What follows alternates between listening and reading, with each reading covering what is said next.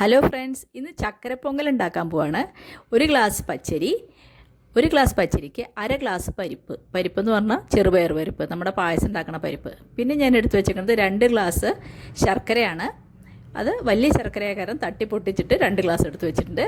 ഒരു 2 ടേബിൾ സ്പൂണോളം അണ്ടിപ്പരിപ്പും മുന്തിരിങ്ങയും. പിന്നെ കുക്കർ അടുപ്പത്ത് വെച്ചു. കുക്കർ ചൂടായപ്പോൾ അതിലേക്ക് 1 സ്പൂൺ നെയ്യ് ഇട്ട് കൊടുത്തു. അതിനുശേഷം പരിപ്പ് ചേർത്ത് കൊടുക്കുക. പരിപ്പിൽ വെള്ളം വറ്റിക്കഴിയുന്നവരെ ഇളക്കിയാൽ മതി. പരിപ്പിൻ്റെ നിറം ഒട്ടും മാറരുത് കേട്ടോ. നമ്മുടെ പായസത്തിൻ്റെ പോലെ ഒന്നും വറക്കാൻ പാടില്ല. ഇനി കണ്ടില്ലേ, ഇതേപോലെ ആവാൻ പാടുള്ളൂ. ഇനി നമുക്ക് കഴുകി വെച്ച അരി ഇട്ട് കൊടുക്കാം. അരി ചേർത്ത് കൊടുത്തിട്ടും ഇനി നമുക്ക് ഒന്ന് അരിയിലത്തെ വെള്ളം വറ്റുന്നവരെ ഒന്ന് ഇളക്കി കൊടുക്കാം. അത്രേ വേണ്ടൂ കേട്ടോ. അപ്പോൾ നന്നായിട്ട് ഇളക്കി കൊടുക്കുക. ഇനി നമുക്ക് പാകത്തിന് വെള്ളം ചേർത്ത് അത് വേവിക്കുകയാണ് വേണ്ടത്. ഞാൻ 1.5 ഗ്ലാസ് അരിക്ക് 5 ഗ്ലാസ് വെള്ളമാണ് ചേർക്കുന്നത്.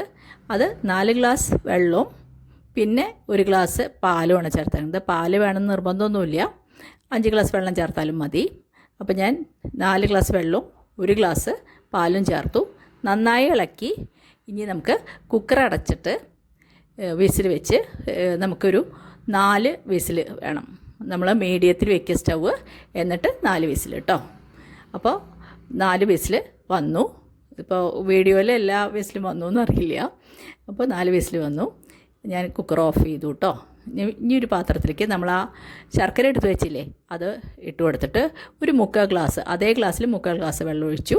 എന്നിട്ട് നന്നായിട്ട് ഉരുക്കി ശർക്കര പാനി ഉണ്ടാക്കി വയ്ക്കാം. അപ്പോൾ ശർക്കര പാനി നല്ലോണം തണുത്തു. ഇനി നമുക്കത് അരിച്ചെടുക്കാം കേട്ടോ. അപ്പോൾ ശർക്കര പാനി അരിച്ച് വെച്ചു. ഇനി നമുക്ക് കുക്കർ തുറന്ന് നോക്കാം. അപ്പോൾ നന്നായി വെന്തിട്ടുണ്ട്. നന്നായി വേവണം, അല്ലെങ്കിൽ അത് ഹാർഡാവും ശർക്കര ഒഴിച്ച് കഴിഞ്ഞാലേ. അപ്പോൾ നമുക്ക് നന്നായിട്ട് ഉടച്ചു കൊടുക്കാം. ഒരു സ്പൂൺ വെച്ചിട്ട് നന്നായിട്ട് ഉടച്ചു കൊടുക്കുക.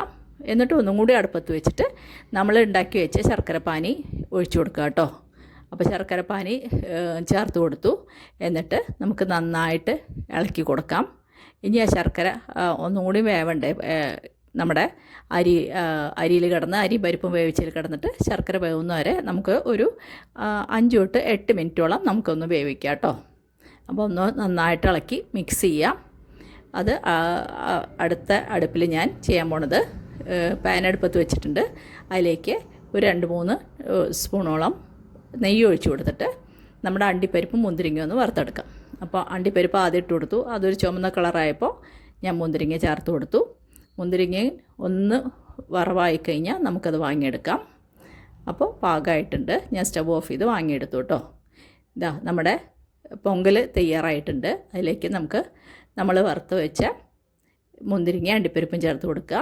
സ്റ്റവ് നല്ലോണം സിമ്മാക്കി വയ്ക്കുക. പിന്നെ ഏലക്ക പൊടിച്ചാട്ടോ 1 സ്പൂൺ ചേർത്ത് കൊടുത്തു. 1 ടേബിൾ സ്പൂണോളം നെയ്യും ചേർത്ത് കൊടുത്തു. ഇനി നമുക്ക് നന്നായിട്ട് ഇളക്കി പാകാക്കി നല്ല പൊങ്കൽ തയ്യാറായി നമുക്ക് വാങ്ങി വയ്ക്കാം കേട്ടോ. നല്ല ടേസ്റ്റുള്ളതാണ്. കുട്ടികൾക്കൊക്കെ വലിയ ഇഷ്ടമാവും. പിന്നെ നാളെ പൊങ്കലും അല്ലേ. അപ്പോൾ എല്ലാവരും ഉണ്ടാക്കി നോക്കുക. ഇഷ്ടപ്പെടുകയാണെങ്കിൽ വീഡിയോ ലൈക്ക് ചെയ്യാനും അതേപോലെ സബ്സ്ക്രൈബ് ചെയ്യാനൊന്നും മറന്നു പോകരുത്. ഇനി ഒരു പുതിയ വീഡിയോ ആയിട്ട് അടുത്ത് തന്നെ കാണാം കേട്ടോ. താങ്ക്